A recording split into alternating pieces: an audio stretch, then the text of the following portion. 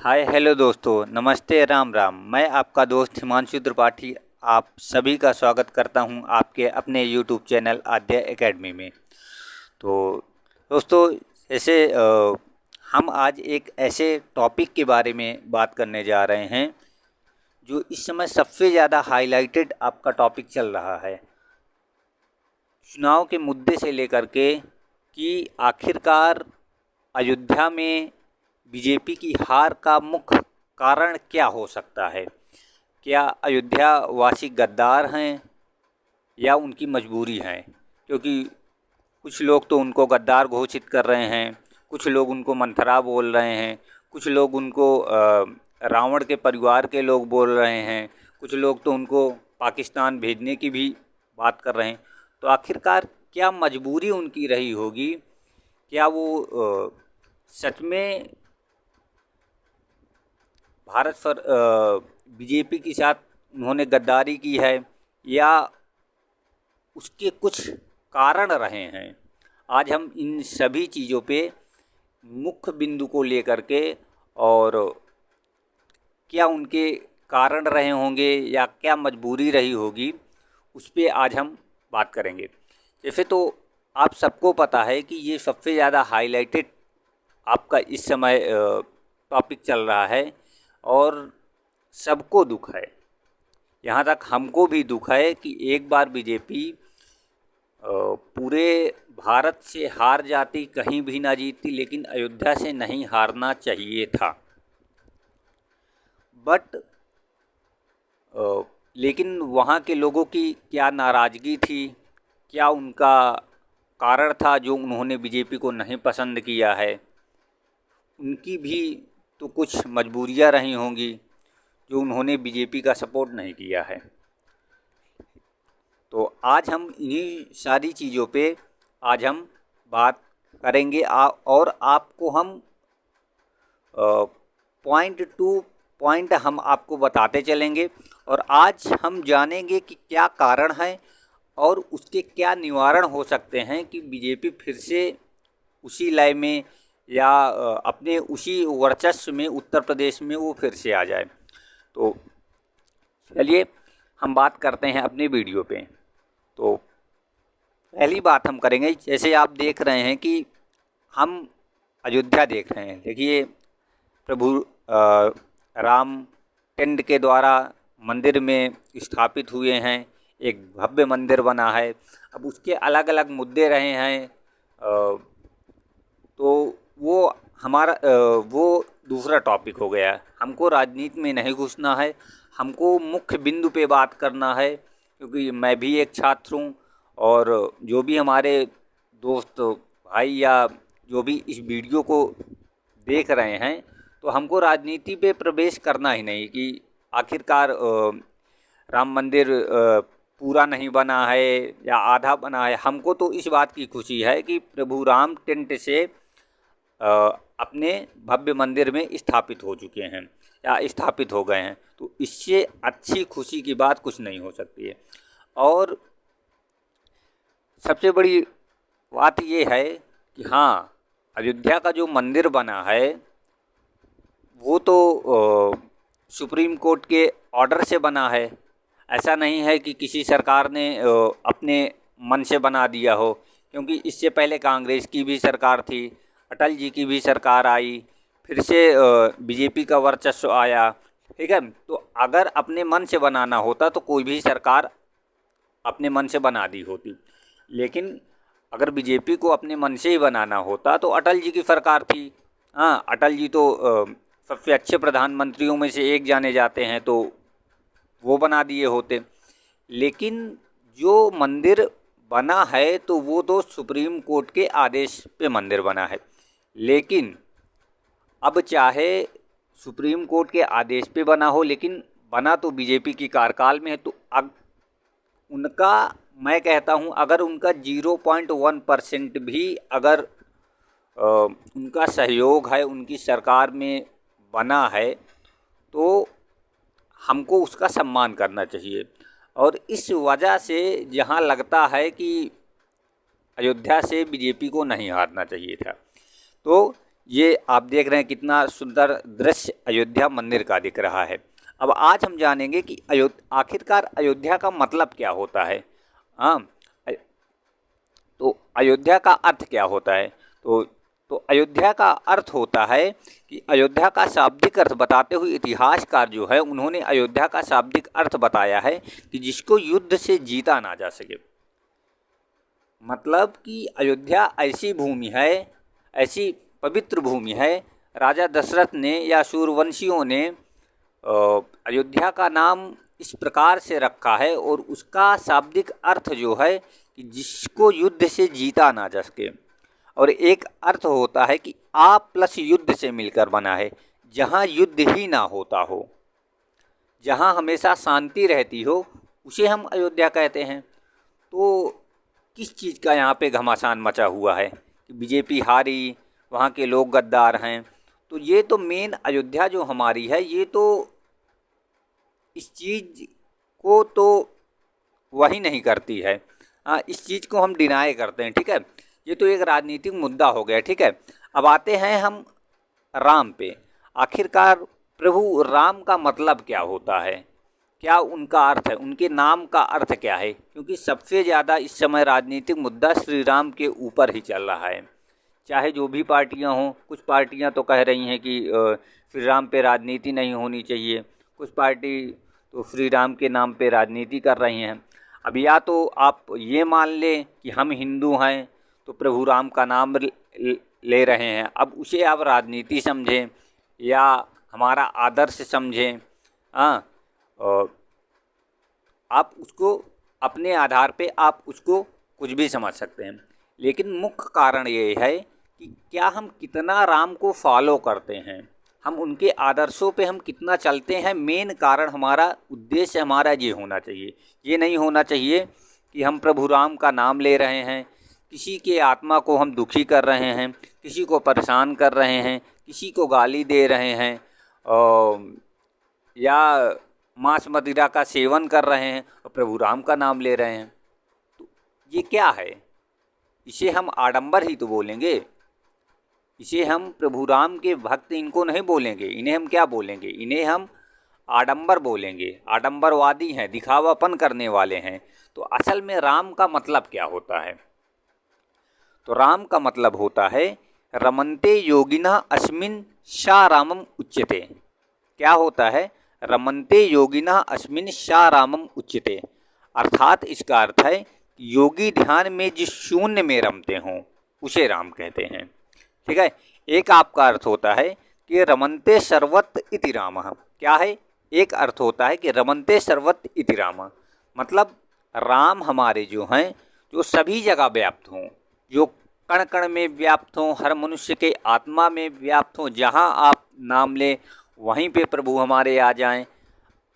ये मतलब है हमारे प्रभु राम के नाम का असली में ये मतलब है। तो अगर आप प्रभु राम को मानते हैं तो आप किसी की आत्मा को दुखी मत करिए, किसी को परेशान मत करिए, किसी को गाली गलौज मत दीजिए।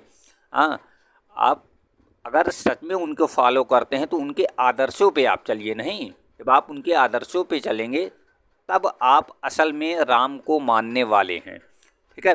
अब हम आगे आते हैं कि आखिरकार अयोध्या हारने का मुख्य कारण क्या हो सकता है।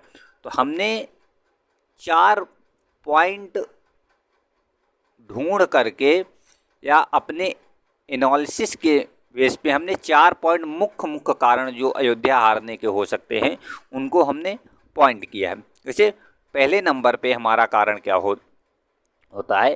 पहले नंबर में कारण है कि सड़क निर्माण में दुकान और घरों का टूटना, ठीक है।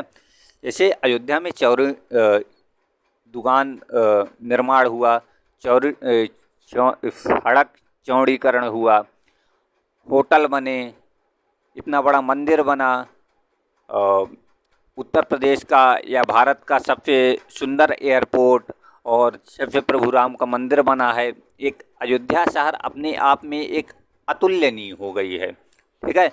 लोग विदेशों से आ रहे हैं देखने के लिए, तो ये तो अच्छी बात है, वहाँ डेवलपमेंट हुआ है, ज़्यादा से ज़्यादा डेवलपमेंट हुआ है। लेकिन आखिरकार उस डेवलपमेंट का उस डेवलपमेंट का फ़ायदा क्या वहाँ की आम जनता को हुआ है? सच में अगर हुआ है तो आखिरकार अयोध्या वासियों ने बीजेपी का सपोर्ट क्यों नहीं किया है? और अगर नहीं हुआ है तो आखिरकार क्यों नहीं हुआ है? ठीक है। दूसरा हमारा कारण है कि सांसद और वहाँ के अधिकारियों से नाराज़गी। तो वहाँ के जो बीजेपी के हमारे सांसद थे, इस बार के जो सांसद थे लल्लू राम, उनसे और वहाँ के जो आला अधिकारी अयोध्या फैज़ाबाद के जो भी आला अधिकारी थे वो वहाँ के, उनसे वहाँ की जनता की भीषण नाराज़गी थी। तीसरा पॉइंट है अग्निवीर योजना, और चौथा पॉइंट हमारा है उत्तर प्रदेश में कोई भर्ती का ना आना और पेपर लीक का मामला। तो हम इन सारे पॉइंटों पे एक एक पॉइंटों पे हम बात करेंगे। तो जैसे हमारा पहला पॉइंट आ गया हमारा कि सड़क निर्माण में दुकान और घरों का टूटना। तो जब ये तो बात एकदम सही है कि वहाँ डेवलपमेंट हुआ है, अच्छी रोडें बनी हैं, अच्छी सड़कें बनी हैं, और आप देखेंगे कि अच्छा एयरपोर्ट बन गया है वहाँ पे, तो डेवलपमेंट तो वहाँ पे हुआ है। लेकिन जो सड़कों का चौड़ीकरण हुआ है तो उसमें बहुत से लोगों के घरों को तोड़ दिया गया है और दुकानों को तोड़ दिया गया है। जबकि एक साल पहले वहाँ के जो ग्रामीण लोग हैं उन्होंने बताया है कि जब चौड़ीकरण होना था या दुकान टूटना था तो सरकार हमारे पास खुद आई, वहाँ के अधिकारी लोग आए, उन्होंने हमको आश्वासन दिया कि आपको दुकान के बदले हम आपको दुकान देंगे और आपको बसाने के बाद, मतलब आपका घर है, आपको घर के बदले, अगर किसी की घर टूट रहा है तो उस घर के बदले हम आपको घर देंगे, तब आपके घर को तोड़ा जाएगा। और अगर आपकी दुकान है तो आपकी दुकान के बदले आपको दुकान दिया जाएगा, तब आपकी दुकान को तोड़ा जाएगा। ठीक है। लेकिन हुआ क्या कि जब चौड़ीकरण हुआ तो सबकी, जितने भी लोग थे वहाँ सबके जो भी सड़क चौड़ीकरण में जो भी दुकानें आई सारी दुकानों को तोड़ दिया गया, सारे घरों को तोड़ दिया गया। जिस घर के कागज़ थे उस घर के लोगों को तो मुआवजा दिया गया, लेकिन जिस घर के लोगों के पास अपने घर के कागज़ नहीं थे उनको मुआवजा भी नहीं दिया गया। और मुआवजा मिला तो कितना मिला? मुआवजा मिला तो 1 लाख, किसी को 1 लाख मिला, किसी को 1.5 लाख मिला, किसी को 2 लाख मिला। इस प्रकार से मुआवजा को वहाँ के लोगों में बांटा गया है।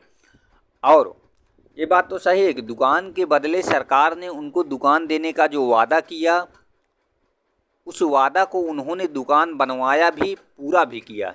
लेकिन क्या कारण फंस गया?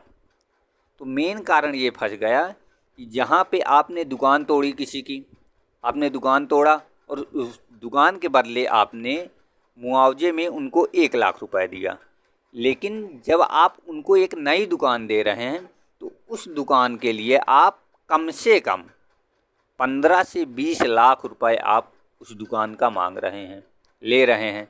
तो अब आप ये जोड़िए कि 15 से 20 लाख रुपए प्लस 8% GST उस पर, प्लस 70,000 रुपये उसमें रजिस्ट्री का लगना है। तो एक डेली रोज़मर्रा कमाने वाला जो भी दुकानदार होगा वो इतना पैसा कहाँ से इकट्ठा कर पाएगा? वो इतना पैसा कहाँ से सरकार को दे पाएगा?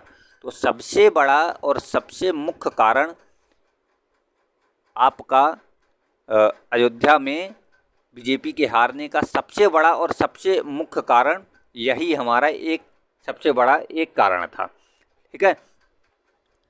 क्योंकि देखिए सड़क निर्माण होने से और एयरपोर्ट बनने से, होटल बनने से, ये सारी चीज़ों से एक डेवलपमेंट तो होता है, इसको तो कोई नहीं नकार सकता कि इसमें डेवलपमेंट नहीं होता है। और इससे डेवलपमेंट होता है, सरकार का रेवेन्यू भी बढ़ता है। लेकिन जो आम जनता है, उस आम जनता की आम जनता है उसकी 3 मेन आवश्यकताएं होती हैं। पहला रोटी, कपड़ा और मकान, 3 चीज़ें हैं। उसको रोटी मिलना चाहिए, कपड़ा मिलना चाहिए और मकान मिलना चाहिए। लेकिन उन्हीं मकानों को अगर तोड़ा जा रहा है, फिर उसके बदले में आप 1 लाख रुपए दे रहे हैं और दुकान दे रहे हैं या उनको घर दे रहे हैं, तो आप उनसे 12 से 20 लाख रुपए उनसे आप मांग रहे हैं। तो वो आम जनता जो है, जो डेली 200-300 रुपये डेली कमाती है, और उसी का फिर शाम को वो लोग सब्जी लेके आते हैं, खाना बनाते हैं, खाते, फिर से डेली कमाते हैं, फिर से हाँ खाते पीते हैं, बनाते हैं। तो जो रोज़मर्रा वाले हैं वो इतना पैसा इकट्ठा कहाँ से कर पाएंगे? ये तो सोचने वाली बात है, और इस बात पे सरकार को भी सोचना पड़ेगा। तो सबसे मेन फैक्टर, हारने का सबसे बड़ा मुख्य कारण बीजेपी का अयोध्या पे यही था। अब दूसरा कारण क्या हो सकता है? दूसरा कारण हमें सांसद और वहाँ के अधिकारियों से नाराज़गी।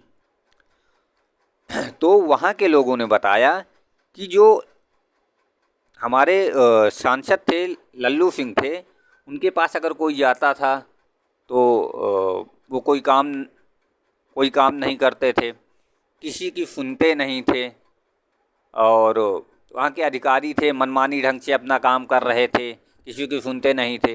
तो इन सारे कारणों से वहाँ के लोगों की पसंद, देखिए वहाँ के लोग ना तो योगी से रुष्ट थे, ना तो बीजेपी से रुष्ट थे। वहाँ के लोग जो मेन रुष्ट थे, अपने सांसद से रुष्ट थे। जो अयोध्या पे जो प्रत्याशी उतारा गया था, उस प्रत्याशी से मेन नाराज़गी थी वहाँ के लोगों की। क्योंकि हम जैसे विधानसभा का चुनाव होता है, जब एमएलए का चुनाव होता है, तो हम क्या चुनते हैं? हम विधायक चुनते हैं, अपने क्षेत्र के लिए विधायक चुनते हैं, ना कि हम बात करने मुख्यमंत्री के पास जाएंगे। अगर लोकसभा का चुनाव होता है तो हम एक सांसद चुनते हैं, एमपी चुनते हैं, ना कि हम प्रधानमंत्री को चुनते हैं।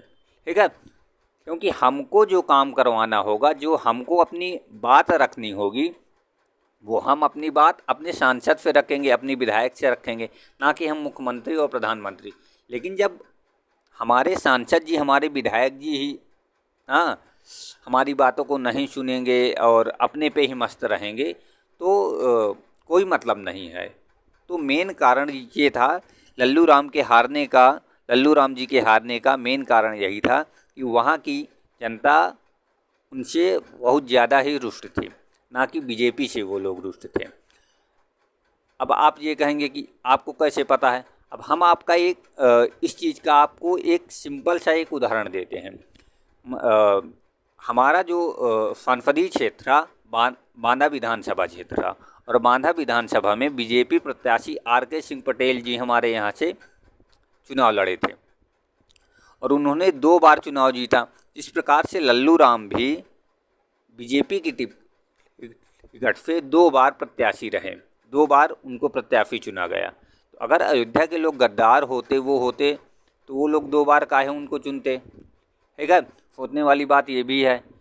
तो इसी प्रकार आर.के. सिंह पटेल जी थे, वो 2 बार प्रत्याशी रहे, और आप उनका स्टेटमेंट सुन सकते। उनके सुपुत्र ने करबी में भरे चौराहे पे ब्राह्मणों को गालियां दी कि जद्दबद्द कहा, जो उनके मुंह से निकला अनाप शनाप उन्होंने वहाँ के ब्राह्मणों को गालियाँ दी, और ये भी बोला कि देखिए चुनाव हो जाने दीजिए, फिर मैं आप लोगों को बताता हूँ। तो एक अहंकार आ जाता। अब इनको ये नहीं पता है कि आप जनता से बने हैं, ये डेमोक्रेसी चल रहा है, ये राजतंत्र नहीं चल रहा है, लोकतंत्र चल रहा है। यहाँ आपको जनता चुनती है, और जनता के पास ऐसी शक्ति होती है कि वो किसी को भी अर्श से फर्श में पटकने की क्षमता रखती है। तो उनके सुपुत्र ने गाली गलौज किया, अनाप शनाप भगा, और उनका खुद स्टेटमेंट है। आप न्यूज़ 24 के यूट्यूब चैनल पे आप जाके उनके वीडियो को भी आप लोग देख सकते हैं। ये कोई बनी बनाई बात नहीं हम आपको बता रहे हैं। आर.के. सिंह पटेल जी कह रहे हैं, अगर आपको लगता है कि आर.के. पटेल नालायक और लुच्चा है, तो सीधे सीधे वोट ना बर्बाद कर गठबंधन के प्रत्याशी को वोट करें। अब गठबंधन के प्रत्याशी कौन है? गठबंधन के प्रत्याशी या तो सपा का कोई प्रत्याशी होगा या तो कोई कांग्रेस का प्रत्याशी होगा। तो अब जब इन्हीं के प्रत्याशी, इन्हीं के सांसद अगर समर्थन कर रहे हैं सपा का या कांग्रेस का, तो इसमें लोगों की क्या गलती है?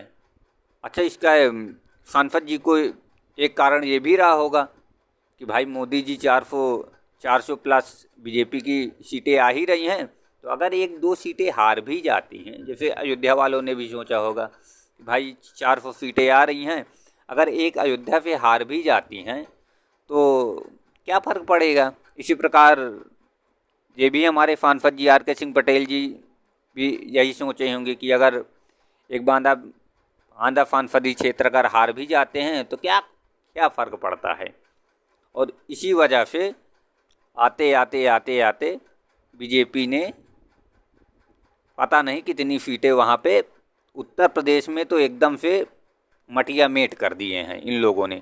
तो एक कारण अब आप ये देख सकते हैं कि ऐसे ऐसे प्रत्याशियों को उतारा गया, ऐसे ऐसे लोगों को टिकट दिया गया है जिसको जनता नापसंद करती है। और अगर जनता नापसंद कर रही है तो उसको कैसे वोट दोगी। इसी वजह से हमारे बांदा विधानसभा में जो ब्राह्मणों की वोट थी वो कुछ वोट तो साइकिल में चली गई, कुछ वोट जो बची वो क्योंकि बीएसपी से ब्राह्मण एक खड़े थे तो उनको वोट चली गई ज़्यादातर ब्राह्मणों की, और जो बची वोट थी वो बीजेपी में गई और इसी वजह से बीजेपी वहाँ पे हार गई। तो मुख्य कारण एक ये भी था कि लोगों की सांसदों से अपने क्षेत्र पे जो भी सांसद उतारे गए थे उनका चुनाव अच्छे से सरकार ने नहीं किया है। एक मनमानी ढंग से सबको दे दिया गया है।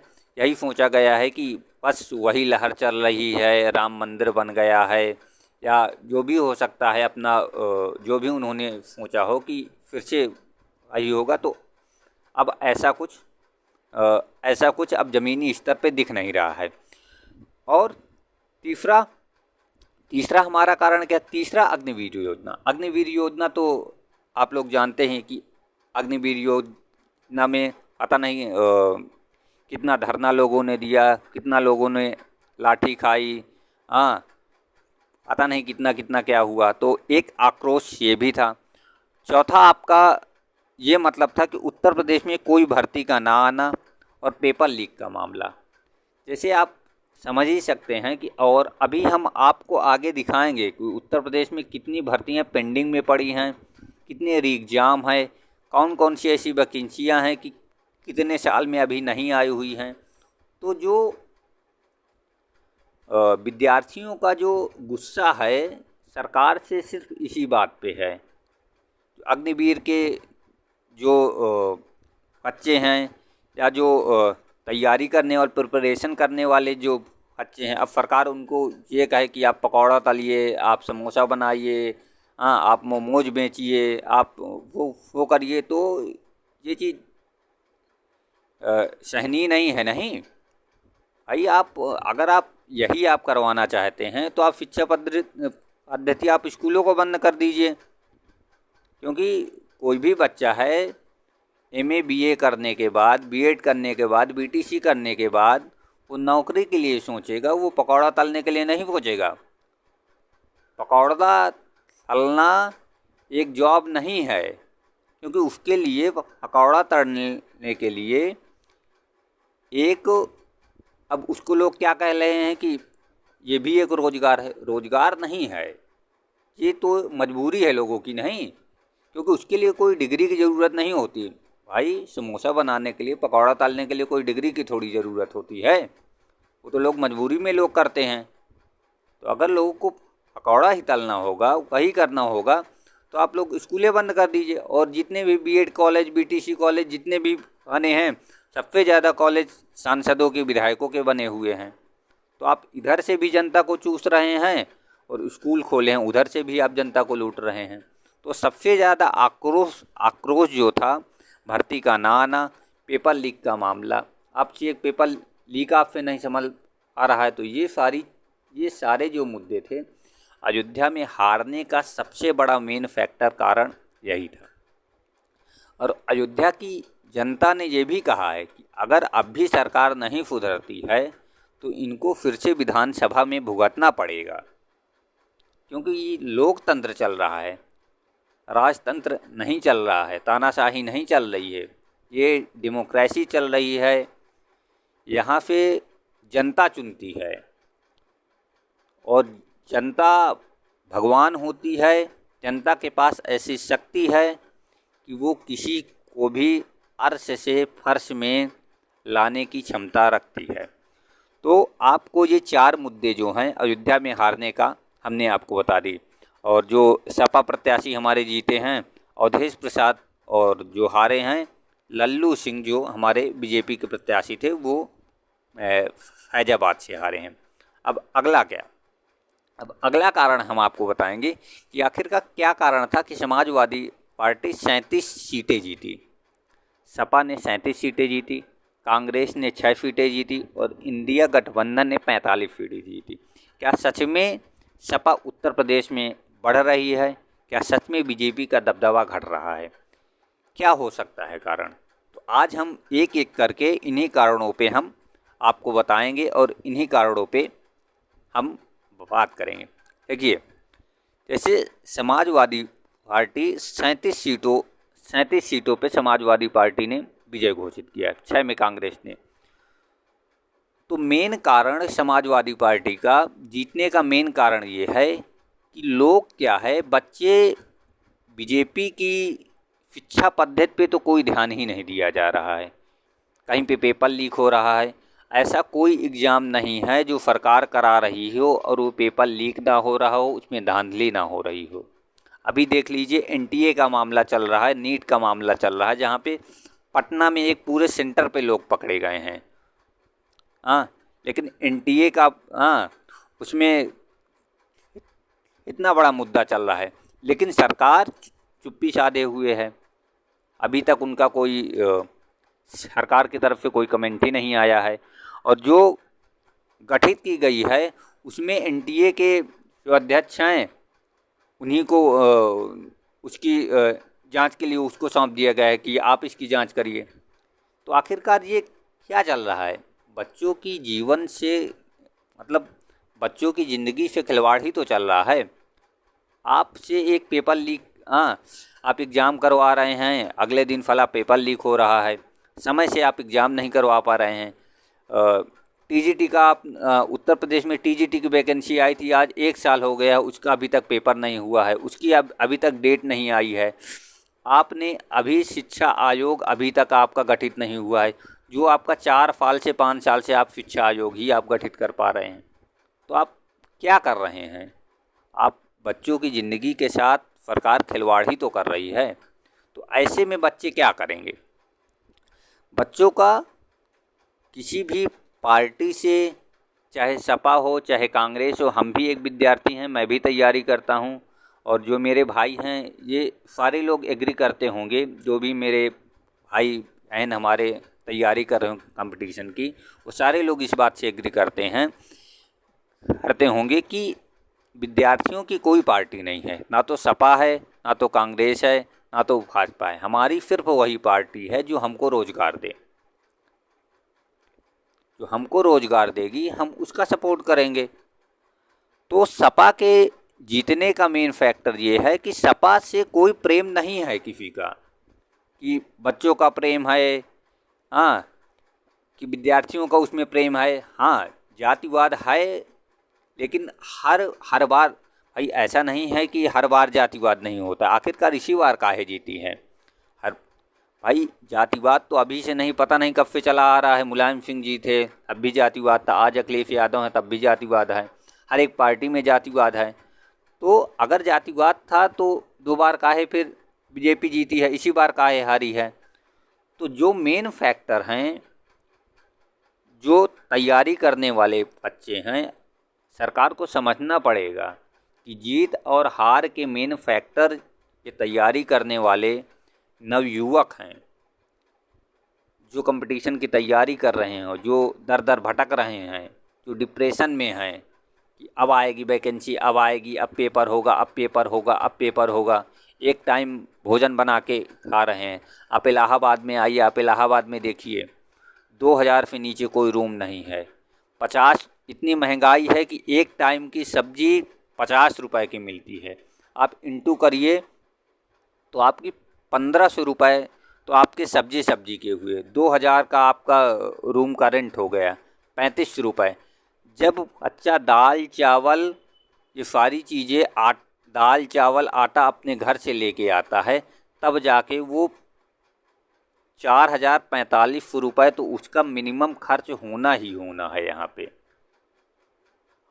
घर वाले मिडिल क्लास के लोग हैं, कैसे अपने बच्चों को पढ़ा रहे हैं, किस आशा में वो जी रहे हैं, वो तो वही जानते हैं। तो अब बच्चों का ये आक्रोश नहीं रहेगा तो किसका रहेगा। तो बच्चों ने क्या किया है कि उनका किसी पार्टी से कोई प्रेम नहीं है। इतना भाजपा से रुष्ट हो चुके हैं बच्चे, या जो भी हैं आपके जैसे कंपटीशन की तैयारी करने वाले हो गए, या आपके ये आपके 4 साल जैसे आपका वो रहा, हाँ, अग्निवीर योजना रहे। तो ये सारे बच्चे इतना रुष्ट हो चुके हैं कि उनके सामने जो भी बीजेपी से टक्कर लेने वाली जो भी पार्टी रही, चाहे वो सपा रही हो, चाहे वो कांग्रेस रही हो, बढ़ चढ़ के लोग युवाओं ने उसमें हिस्सा लिया और बीजेपी को हराने का काम किया है। इस वजह से इंडिया गठबंधन की सीटें ज़्यादा बढ़ी हैं और बीजेपी की सीटें ज़्यादा हारी हैं। तो इस चीज़ को सरकार को समझना पड़ेगा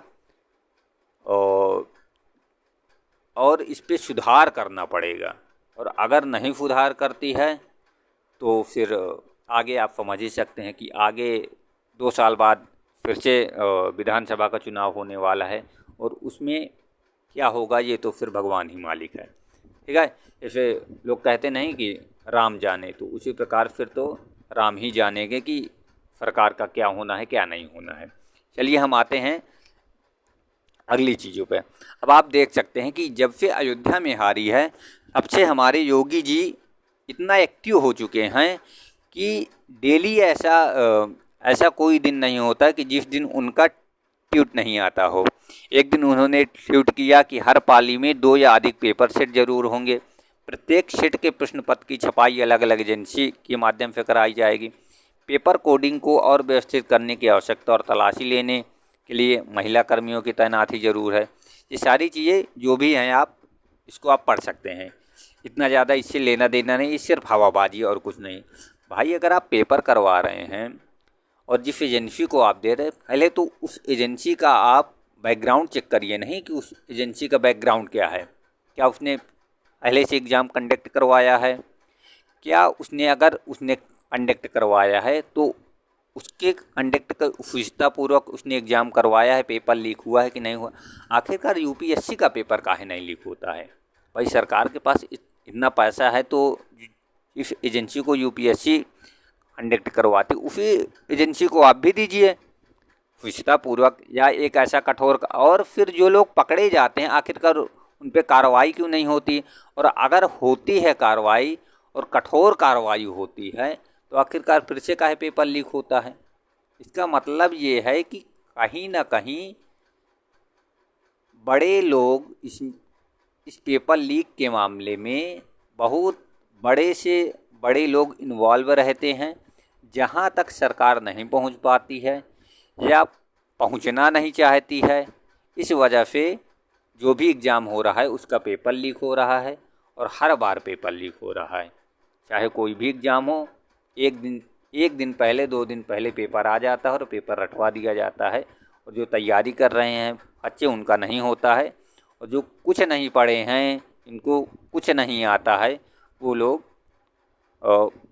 निकल जाते हैं। दूसरा आप देख सकते हैं कि चयन आयोग से अपेक्षा है कि वह भर्ती परीक्षाओं के लिए कैलेंडर समय से जारी करे और उसका अनुपालन करे।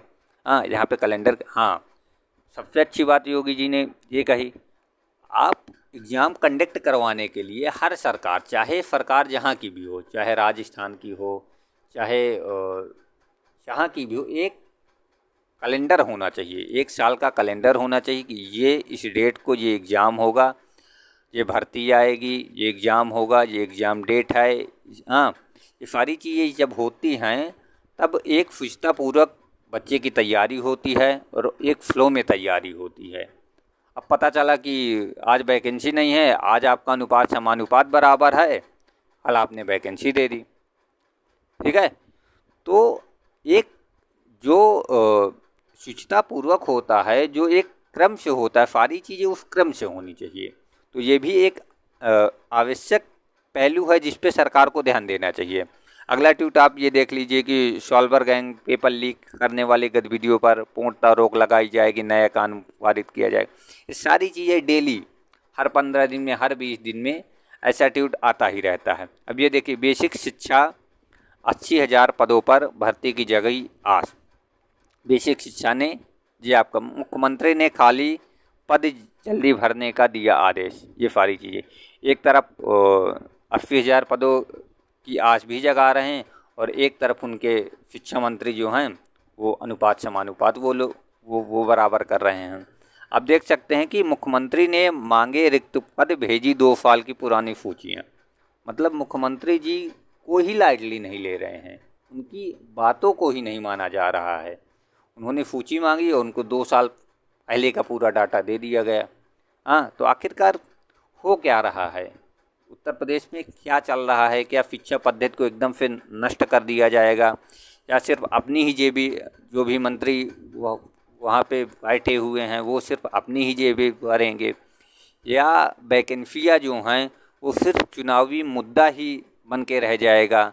हाँ, बहुत से ऐसे कारण हैं और बहुत से ऐसे प्रश्न हैं जो हर स्टूडेंट को, हर जनता को अपने राज्य में आई हुई सरकार से करना चाहिए। चाहे वो सरकार कांग्रेस की हो, चाहे वो भाजपा की हो, चाहे सपा की हो, चाहे बिहार में जनता दल की हो, किसी की भी सरकार हो। हम स्टूडेंट हैं, हमारी कोई पार्टी नहीं है। हमको सरकार से प्रश्न करने का पूरा हम उससे प्रश्न कर सकते हैं। ठीक है, और सरकार को उत्तर देना चाहिए। हाँ, कि क्यों आखिरकार ये सारी गड़बड़ी हो रही है। आप किसी पार्टी को मत पकड़िए। राजस्थान में भी है, वहाँ कांग्रेस की सरकार है, वहाँ भी पेपर लीक के मामले हैं। तो आप जहाँ से भी हों, जहाँ से भी जो भी विद्यार्थी हों, तो आप ये सारी चीज़ें, हाँ, आप अपने सरकार से आप प्रश्न करिए, आवाज़ उठाइए, अपनी आवाज़ों को दबाइए मत। क्योंकि जब आप किसी आप पार्टी से जुड़ जाते हैं तो आप उसकी कमियों को आप दबाना चाहते हैं। आप उसकी जो भी कमियां होती हैं, जब आप किसी पार्टी के प्रशंसक हो जाते हैं, जब आप किसी नेता के प्रशंसक हो जाते हैं, फ़ैन हो जाते हैं, तो आप क्या करते हैं कि उसकी कमियों को आप दबा देते हैं। तो हम विद्यार्थी हैं, हम किसी के फ़ैन नहीं हैं, हम किसी पार्टी के समर्थक नहीं हैं। हमको चाहिए तो सिर्फ रोज़गार चाहिए और हमको कुछ नहीं चाहिए। आप रोज़गार दीजिए। हम सफल होना, असफल होना, ये तो समय निश्चित तय करेगा। जो पढ़ेगा वो सफल होगा, जो नहीं पढ़ेगा वो असफल होगा। तो आखिरकार हमको ये मौका तो मिल जाएगा कि हाँ, हमने 2 परीक्षाएं दी, हमने 3 परीक्षाएं दी, हमने 4 परीक्षाएं दी, वैकेंसी आई, हमने अपने आप को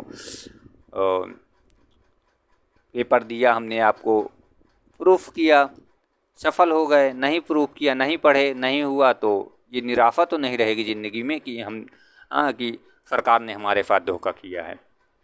चलिए, ये देखिए, आप पेपर कटिंग आप देख सकते हैं कि हर 15 दिन में, हर 20 दिन में सिर्फ पेपरों में ही वैकेंसी आती हैं। 17,000 शिक्षक पद होंगे भर्ती। प्रसिद्धि स्कूलों में अगले साल 50,000 सहायक शिक्षकों की भर्ती, 75,000 सहायक शिक्षकों की, सुगद 51,000 शिक्षकों के दिसंबर में भरे जाएंगे। शिक्षक भर्ती आप देख सकते हैं, ये सब पेपर की कटिंग है जो हर 15 दिन में, हर 20 दिन में किसी न किसी पेपर में निकाले जाते हैं और एक भौकाल बनाया जाता है, एक सिनेरियो बनाया जाता है कि अब आने वाली है, अब आने वाली है, और 2 दिन बाद फिर से पूरा मामला ठंडा हो जाता है। मुख्यमंत्री जी 2 दिन के लिए गर्म होते हैं और 2 दिन बाद फिर से सारा मामला फिर से ठंडा हो जाता है और फिर से वही काम अपना हो जाता है। और यूट्यूब में जो भी टीचर हैं वो इसी चक्कर पे आई तो अपना अपना कोर्स बेचने में लग जाते हैं। तो मेन चीज़ ये है कि अभी उत्तर प्रदेश में जो भी सिचुएशन चल रहा है, अभी ये है कि बीएड बीटीसी करने, भाई क्या है कि लोग बीएड पे लड़ने लग रहे हैं, बीटीसी पे अभी सबको एकजुट होने की बात है बीएड बीटीसी में लड़ने की, क्योंकि जब तक आप लड़ते रहेंगे तब तक सरकार कुछ भी करने वाली नहीं है। और जब आप एक हो जाएंगे अभी सरकार सक्रिय हो सकती है। और अब लगता है कि जहाँ तक है अयोध्या हारने से सरकार की कुछ तो आंखें खुली होंगी कि आखिरकार हाँ अब ये सब चलने वाला नहीं है। हाँ, जैसे आप जानते होंगे कि 2017 में विधानसभा जब जीती थी तो 2017 में हमारे सतीश चंद्र द्विवेदी शिक्षा मंत्री बने थे। उन्होंने भी जब उनके पास बच्चे जाते थे वैकेंसी के लिए पूछे कि सर कब आ रही है कब नहीं आ रही है, तो उन्होंने क्या किया कि वो सीधे सीधे बताते थे कि नहीं नहीं वैकेंसी तो है ही नहीं है। हाँ, अनुपात समानुपात बराबर था। अब बच्चों को तो अनुपात समानुपात आता ही नहीं था, तो उन्होंने फिर क्या किया, कोचिंग की। इतने हमारे गुरुवर पढ़े हैं, मैथ पे गगन प्रताप सर हो गए और राकेश यादव सर हो गए, बहुत से मैथ के टीचर हो गए। उन्होंने सबसे पहले मैथ में सारे बच्चों को अनुपात समानुपात ही पढ़ाया कि बेटा पढ़ो, ये होता अनुपात समानुपात। और उसका परिणाम क्या हुआ, अगले आने वाले चुनाव में हमारे शिक्षा मंत्री को हार गए। इटवा विधानसभा से उन्होंने चुनाव लड़ा और वहाँ से बच्चों ने उनका अनुपात समानुपात उनका बिगाड़ दिया और उनको बाहर कर दिया गया।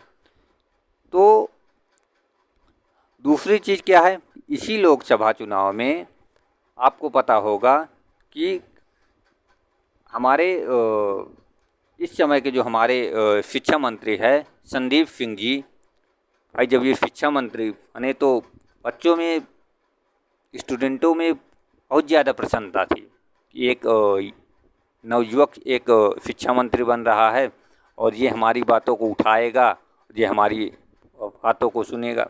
लेकिन इनका भी वही रवैया है, ये भी वही 10 सालों से या 5 सालों से इनका अनुपात समानुपात पूरा बराबर ही चल रहा है। और उसका परिणाम क्या हुआ, इनके पिताजी राजवीर सिंह राजू भैया लोकसभा में चुनाव लड़े और इनका भी अनुपात समानुपात बच्चों ने बिगाड़ दिया। आप देख सकते हैं कि समाजवादी पार्टी के देवेश शाक्य से उन्होंने 28,052 वोटों से हार गए और अनुपात समानुपात इनका गड़बड़ हो गया, बिगड़ गया। तो इस चीज़ को समझना पड़ेगा कि आपको भाई अगला 2 साल बाद संदीप सिंह जी को भी चुनाव लड़ना है, उनको भी आना है, जनता के बीच आना है, चुने नहीं जाएंगे, वोटिंग से होना है। जहाँ लोकतंत्र है, डेमोक्रेसी है, समझना पड़ेगा। हाँ, लोगों के वोटों से जीतना है। तो अगर इनका भी यही रवैया रहा तो जिस प्रकार इनके पिताश्री का और हमारे पूर्व शिक्षा मंत्री का अनुपात समानुपात बिगड़ा है, उसी प्रकार निश्चित इनका भी अनुपात समानुपात बिगड़ने में देर नहीं लगेगी और इनको भी बता दिया जाएगा कि सर जो आप अनुपात समानुपात जो आप बता रहे थे वो गलत था और जो बच्चों ने आपको अनुपात समानुपात जो बताया है इसे कहते हैं कि अनुपात समानुपात ये होता है और ऐसे अनुपात समानुपात बराबर किया जाता है। ठीक है, अब आप देख सकते हैं कि इन भर्तियों की जांच का रिजल्ट अभी तक नहीं आया। अब हम आएंगे अपने मेन मुद्दे पे कि आखिरकार ऐसी कौन कौन सी भर्तियां जो पेंडिंग पड़ी हुई हैं या कौन सी ऐसी भर्तियां हैं जो इसका रिजल्ट नहीं आया है। तो आप देख सकते हैं कि इन भर्तियों की जांच का रिजल्ट नहीं अभी तक आया है। उत्तर प्रदेश सेवा मंडल भर्ती घोटाला, मंडी परिषद भर्ती घोटाला, सिपाही भर्ती 2013 घोटाला, दरोगा भर्ती घोटाला 2011, चकबंदी लेखपाल भर्ती घोटाला 2015, राजस्व लेखपाल भर्ती घोटाला, आबकारी सिपाही भर्ती 2013 घोटाला, ग्राम विकास अधिकारी भर्ती घोटाला, जल निगम भर्ती घोटाला 2015, सब घोटाला में चल रहे हैं, समझ लीजिए, और इसका अभी तक रिजल्ट नहीं घोषित हुआ है। तो ये क्या है? ये सरकार की नाकामियां ही तो हैं। अगला देखिए, दो यूपी ट्रिपल एससी में लंबित भर्तियां कौन कौन सी हैं? जो लंबित भर्तियां हमारी पड़ी हुई हैं, जिसका पेपर ही अभी नहीं हुआ। हाँ, आना है आना है आना है आना है, अभी तक आए। संयुक्त तकनीकी सहायक 2015, अभी एग्जाम डेट ही नहीं इसका आया है। जूनियर इंजीनियर 2016, सहायक सांख्यिकी अधिकारी 2016, लेखपाल भर्ती, मंडी परिषद भर्ती, जूनियर असिस्टेंट जेई 2018, नलकूप चालक भर्ती, वन रक्षक भर्ती, वन दरोगा, ग्राम विकास अधिकारी 2018 भर्ती, नर्सिंग ऑफिसर सेविका भर्ती, आईटीआई प्रशिक्षण भर्ती, सहायक सांख्यिकी अधिकारी 2018, बोरिंग टेक्नीशियन, एक्सरे सहायक, प्रयोगशाला सहायक भर्ती, वास्तुविद भर्ती। सारी भर्तियां जो है हमारी लंबित पड़ी हुई भर्तियां हैं। और ये भर्तियां वो भर्तियां हैं जो आखिरी बार कब और कौन सी भर्तियां आई थी। तो 2024 चल रहा है, अब समझ लीजिए। खंड शिक्षा अधिकारी की 2019 में भर्ती आई थी और 5 साल हो गए हैं, अभी कोई भर्ती नहीं आई इसमें। लोअर पीसीएस की 2019 में आई थी, अभी तक कोई भर्ती नहीं आई। टेक्निकल असिस्टेंट की भर्ती 2015 में आई और आज 9 साल हो गए हैं, इसकी कोई भर्ती नहीं आई। असिस्टेंट प्रोफेसर राजकीय महाविद्यालय 2021, सहायक सांख्यिकी अधिकारी 2018, प्रधानाचार्य एडेड माध्यमिक विद्यालय 2013, प्राथमिक शिक्षक भर्ती 2018, एलटी ग्रेड शिक्षक भर्ती 2018, राजस्व निरीक्षक 2015, वन दरोगा 2018, बेरिंग टेक्नीशियन 2019, वन रक्षक 2018, प्रवक्ता राजकीय इंटर कॉलेज 2020 और परिवहन निरीक्षक 2017। ये वो भर्तियां हैं जो अभी तक आई नहीं हैं। सब में 4-4, 5-5 साल हो गए, कम से कम 4-4 साल हो गए, अभी तक भर्तियां नहीं आई हैं। तो क्या मेन रीज़न यही है कि भर्तियां तभी आएंगी जब चुनाव आएगा? क्या भर्तियां फिर चुनावी मुद्दा ही रह गया है? क्या बच्चों की ज़िंदगी से की खराब करने की जिम्मेदारी सरकार ने ले रखी है? क्या सरकार का कर्तव्य नहीं बनता है कि वो बच्चों की ज़िंदगी? अब आप युवा महोत्सव होता है, 12 जनवरी को राष्ट्रीय युवा दिवस मनाया जाता है। हाँ, तो आप चिल्ला चिल्ला के आप कहते हैं कि हमारा भारत युवाओं का देश है और इस देश को चलाने के लिए युवा आगे आए। तो जब युवा को दबाया जाएगा, हाँ, उनको आगे नहीं बढ़ने दिया जाएगा, तो युवा कैसे आगे आएंगे? ये सोचने वाली बात है और ये निंदनीय बात है। इस पे सरकार को ध्यान देना पड़ेगा और अगर सरकार इस चीज़ पे नहीं ध्यान देती है तो इस चीज़ का परिणाम आप इस लोकसभा चुनाव में आपने देख ही लिया है। कैसे अयोध्या हारी, कैसे बहुत सारी, हाँ, 60+ लोकसभा में सीटें थी, 70+ थी, वहाँ आज उनके पास 32 सीटें ही बची हैं। सपा, तो सपा का कोई वर्चस्व नहीं है। सरकार को इस चीज़ को समझना पड़ेगा कि सपा का कोई वर्चस्व, किसी पार्टी को कोई वर्चस्व नहीं है, विद्यार्थी की कोई पार्टी नहीं है। अगर सरकार समझ जाती है, वैकेंसी निकालती है, और वैकेंसी भी अगर निकालती है तो इस 6 महीने के अंदर वैकेंसी, ये नहीं कि जब चुनाव आ जाएगा तभी वैकेंसी निकलेगी, क्योंकि अब हर बच्चे के पास मोबाइल है, हर बच्चा सोशल मीडिया से जुड़ा हुआ है, हर बच्चा हर एक चीज़ को समझ रहा है, पढ़ रहा है। वो चूतिया बनने वाला नहीं है, वो बेवकूफ़ बनने वाला नहीं है।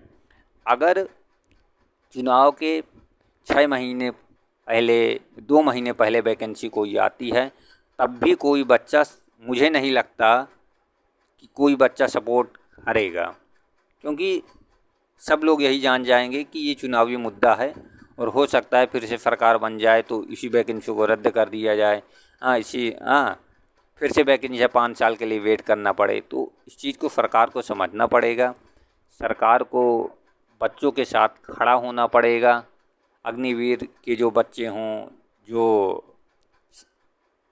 कंपटीशन की तैयारी करने वाले बच्चे हों, तो जब तक इस चीज़ को सरकार बच्चों के साथ नहीं खड़ी होती है, जो धरना दे रहे हैं, जो लाठी खा रहे हैं, जो वो हो रहे हैं, जो पेपर लीक के मामले हैं, इन सारी चीज़ों पे सरकार को ध्यान देना पड़ेगा और सरकार अगर इस चीज़ को सुधार लेती है, वो कर लेती है, तो पूरा भरोसा है कि अगले आने वाले चुनाव में फिर से बीजेपी का उसी प्रकार परचम लहराएगा जिस प्रकार बीजेपी शुरुआत में 2014 में उसका वर्चस्व था।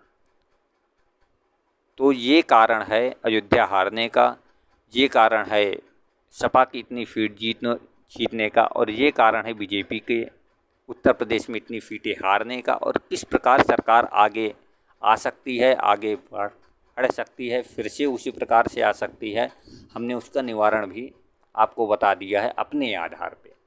अब आपकी राय क्या है? आप कमेंट बॉक्स पर अपनी राय ज़रूर दीजिएगा। हो सकता है कि लोग गालियां भी दी कमेंट बॉक्स पर कि हाँ अयोध्या वाले मामले पे कि ऐसा नहीं है, ऐसा नहीं है। तो अगर कोई सपोर्ट कर रहा है तो उसको भी मेरा नमस्कार, उसको भी ढेर सारा प्यार, उसको भी प्रणाम। और जो हेट करने वाले हैं, जो गालियां दे वाले हैं, उनके लिए भी वही प्यार, वही नमस्कार, वही प्रणाम। अगर आप अपने भाई का सपोर्ट करना चाहते हैं तो आप हमारे चैनल को सब्सक्राइब करिए, बेल आइकन को दबाइए, ताकि अगली आने वाली वीडियो आपको ज़रूर मिले। और मिलते हैं अगली वीडियो पे, तब तक के लिए नमस्ते, जय हिंद, जय श्री राम।